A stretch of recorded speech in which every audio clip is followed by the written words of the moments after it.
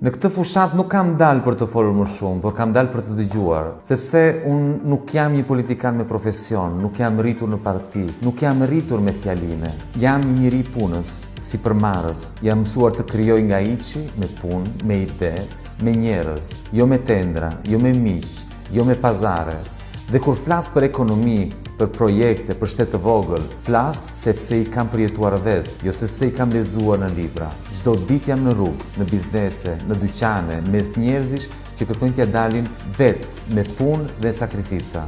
Jam me styre, jo për të premtuar, por për të dëgjuar. Unë nuk flas me megafon, nuk bërtas për vëmendje, unë preferoj të dëgjoj, sepse besoj se politika e re nuk fillon me fjalë, por me vepra. Ndryshimi nuk vjen nga ata që sillen sikur i dinë të gjitha, por nga ata që pyesin, si je, si po shkon puna, çfarë të pengon t'ja dalësh, çfarë të pengon të rritesh. Kjo është politika që unë besoj, jo ajo që mban